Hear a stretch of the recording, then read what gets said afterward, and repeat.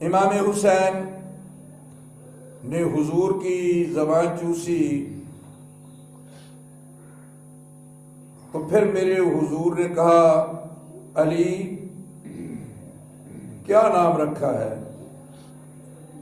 یا رسول اللہ میں نے اپنی طرف سے اس کا نام حرم تجویز کیا ہے۔ تو میرے رسول نے کہا یہ تو حسین ہے۔ سبحان اللہ۔ بخار سے ہوں، طبیعت علیل ہے، اگر آپ بھی نہیں بولیں گے تو پھر میری تو طبیعت پہلے ہی بڑی ناساز ہے۔ اونچی کہیے سبحان اللہ۔ جی احباب المدانش، نبی پاک علیہ السلام کے شہزادی کو اللہ نے 3 شہزادے دیے تھے۔ سبحان اللہ۔ پہلا شہزادہ آیا تو علی نے نام تجویز کیا حرب، رسول آئے فرمایا یہ تو شبر ہے، سبحان اللہ۔ یہ تو حسن ہے۔ دوسرے صاحبزادے آئے تو پھر پوچھا تو علی نے پھر کہا کہ میرا یہ نظریہ ہے کہ میرے جد ابجد کے نام پہ میں ان کا نام حرب رکھوں۔ حضور نے فرمایا یہ تو حسین ہے، سبحان اللہ۔ تیسرا رکھتے جگرایا تو پھر عرض کی کہ میں نے حرب نام تھا، حضور نے فرمایا یہ تو محسن ہے۔ یہ نام کیوں رکھے گئے؟ کبھی یہ غور کر، یہ نام اس لیے رکھے گئے کہ حضرت موسیٰ کے بھائی حضرت ہارون، یہ وہ ہارون ہے جو اللہ تعالیٰ سے مانگ کر موسیٰ علیہ السلام نے لیا تھا۔ قال رب اشرح لی صدری ویسر لی امری واحلل عقدۃ من لسانی یفقہوا قولی واجعل لی وزیرا من اہلی ہارون اخشدد بہ۔ یا اللہ میرا وزیر میرے اہل سے میرے بھائی کو بنا دے۔ موسیٰ علیہ السلام نے ہارون کو مانگا تو میرے نبی پاک علیہ السلام کا واجعل لی من لدنک سلطانا نصیرا، یا اللہ مجھے وہ دے جس کی کو پیٹھ نہ لگا سکے۔ سبحان اللہ، سبحان اللہ۔ موسیٰ نے مانگا ہارون، توجہ ہے بھائی، بڑی مہربانی۔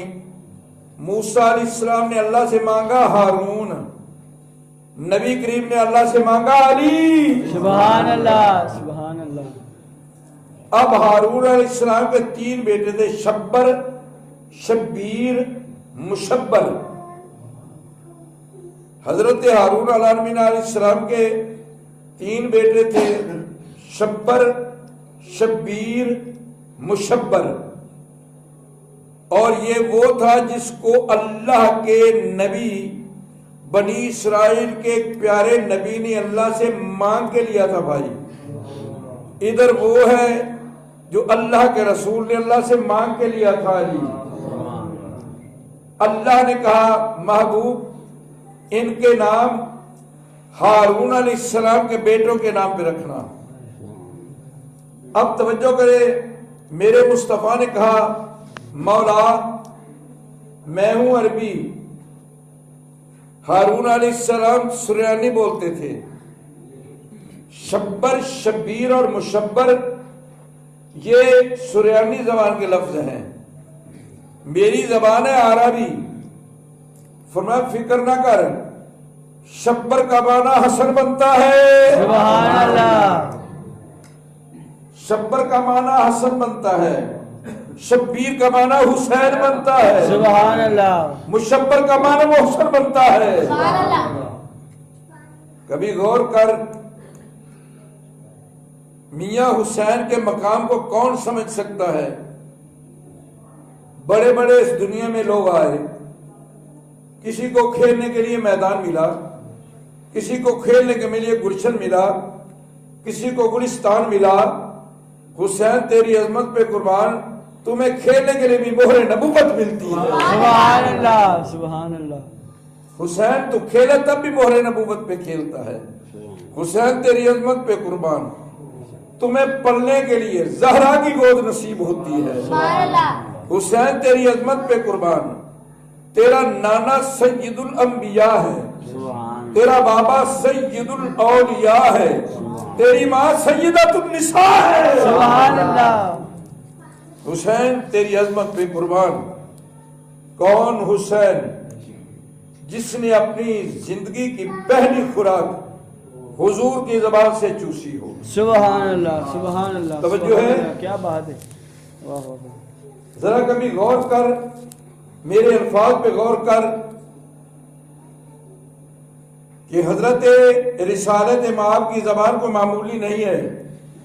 اللہ کہہ رہا ہے وما ينطق عن الهوى سبحان ان هو اللہ الا وحی یوحی۔ میرا محبوب اپنی مرضی سے نہیں بولتا، جب اللہ چاہے بولتا ہے۔ سبحان اللہ تو یا اللہ تو بھی کلام کر دے، فرمایا ہاں کرتا ہوں مگر زبان سے پاک ہوں۔ تو یا اللہ پھر گفتگو کیسے کرتا ہے؟ فرمایا جب میرا جی چاہتا ہے مصطفیٰ کی زبان سے بولتا ہوں۔ سبحان اللہ حسین تیری عظمت پہ قربان۔ ارے وہ زبان جس کو سب ان کی کنجی کہیں، اس کی نافذ حکومت پہ لاکھوں سلام۔ وہ زبان جس سے علم کے چشمے پھوٹتے ہوں۔ ارے وہ زبان جس کے لیے میرا رسول کہے میں علم کا شہر ہوں، علی اس کا دروازہ ہے۔ ارے علی کے دروازے کا، علم کے دروازے کا لخت جگر جسے کہتے ہیں حسین۔ سبحان اللہ احباب المدانش توجہ کرے ذرا کہ جب حسین نے نبی کی زبان چوسی ہوگی، وہ سارے علم حسین کے سینہ میں نہ آ گئے ہوں گے۔ سبحان اللہ سبحان اللہ توجہ ہے حضرات؟ پھر کہیے سبحان اللہ۔ سبحان اللہ یہ خاموش رہنا چھوڑ دیجیے اب۔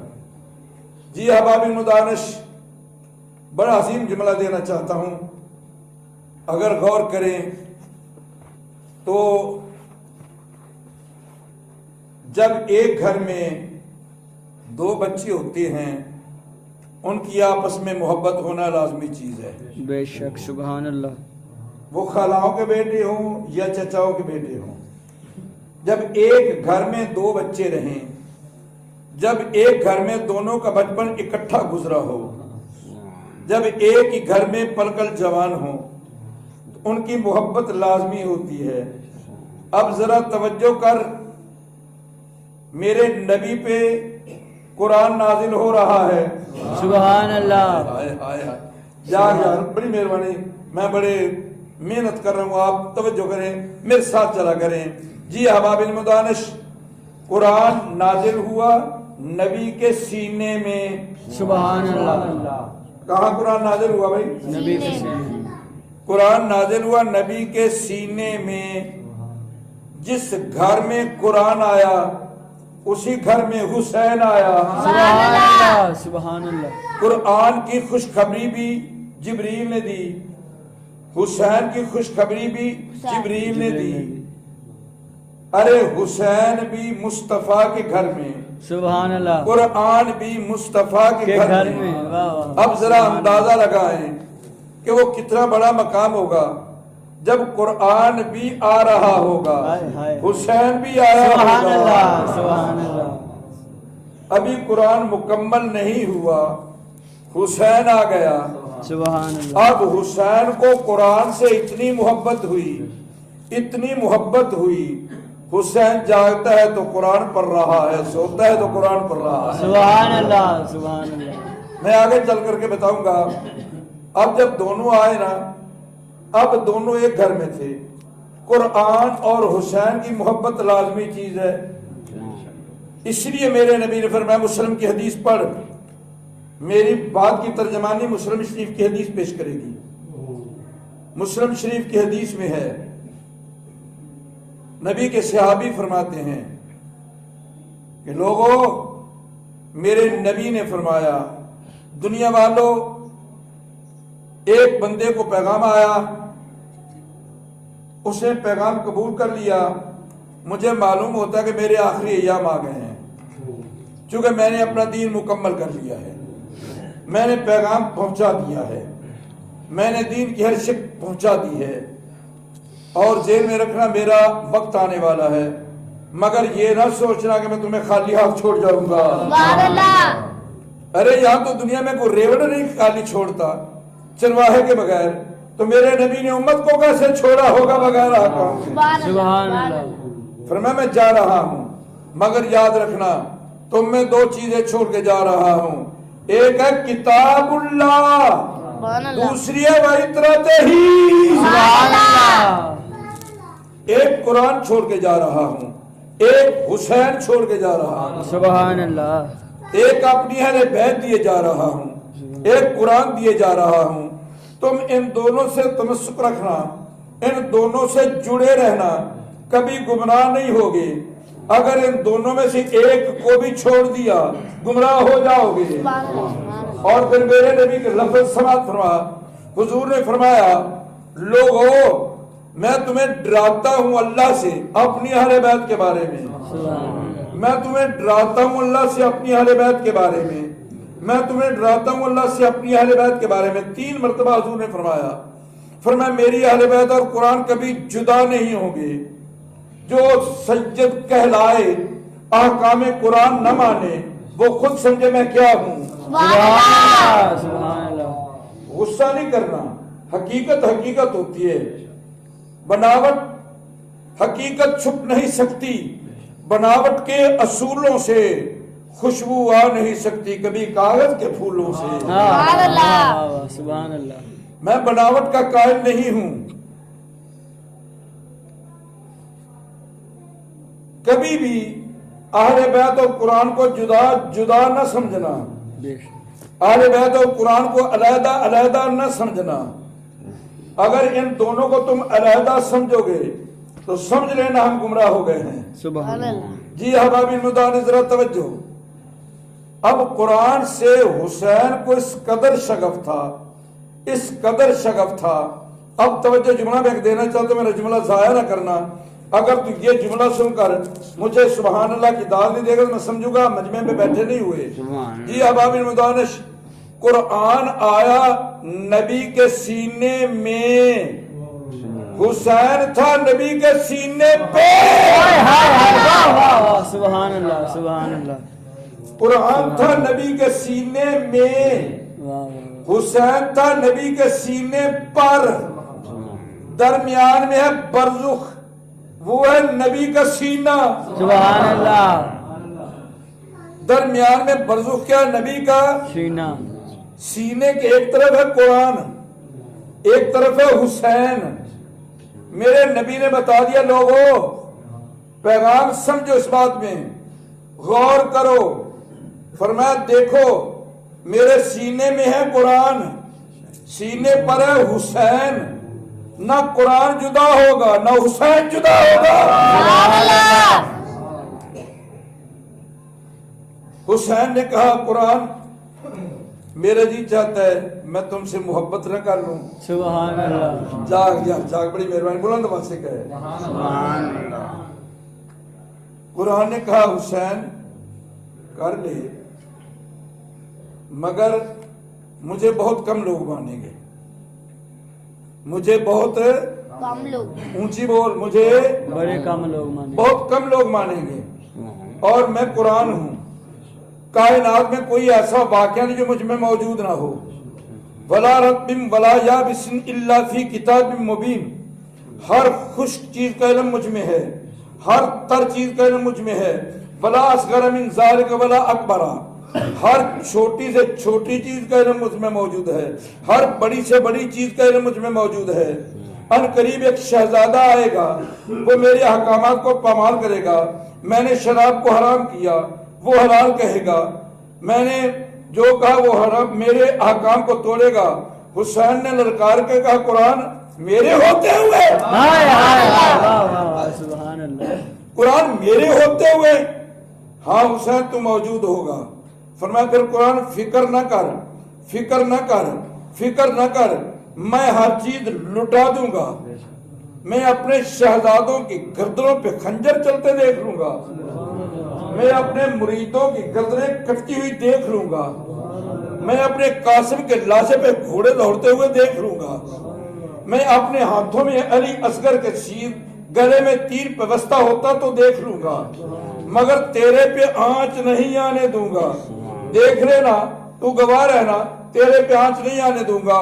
قرآن نے کہا حسین تو اگر یہ کرے گا تو فکر نہ کر، قیامت تک تیرے نام کے خطبے نہ پڑھاؤں تو قرآن مجھے کون کہے گا؟ واہ واہ واہ واہ، سبحان اللہ۔ توجہ ہے حضرات؟ اب ذرا دیکھ قرآن اور حسین کیسے اکٹھے رہتے ہیں۔ توجہ ہے حضرات آپ کی؟ انداز بیان گرچہ بہت شوق نہیں، اور اب جاؤ کسی پاسے گیت سی اس کی بات پائیے سانو۔